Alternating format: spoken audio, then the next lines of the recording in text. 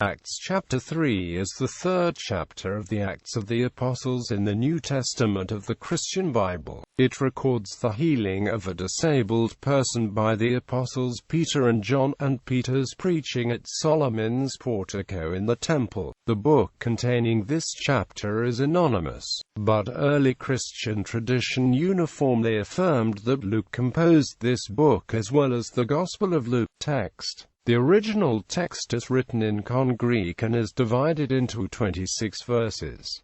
Some most ancient manuscripts containing this chapter are Papyrus 91, Codex Vaticanus, Codex Sinaiticus, Codex Beza, Codex Alexandrinus, Codex Ephraemi Scriptus, Codex Laudianus.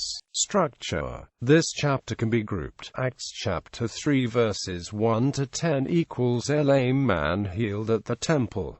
Acts chapter 3 verses 11 to 26 equals Peter's preaching in Solomon's porch. Cross-reference. Acts chapter 3 verse 23, Deuteronomy chapter 18 verses 15, 18, 19, Acts chapter 3 verse 25, Genesis chapter 22 verse 18, Genesis chapter 26 verse 4, Genesis chapter 28 verse 14.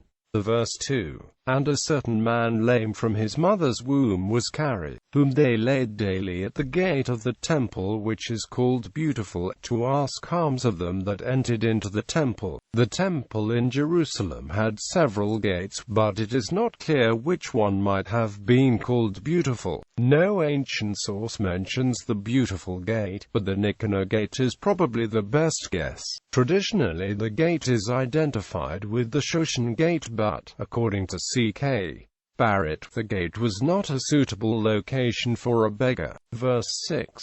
Then Peter said, Silver and gold have I none, but such as I have give I thee. In the name of Jesus Christ of Nazareth, rise up and walk. The healing of the lame man in this chapter becomes the inspiration of some songs.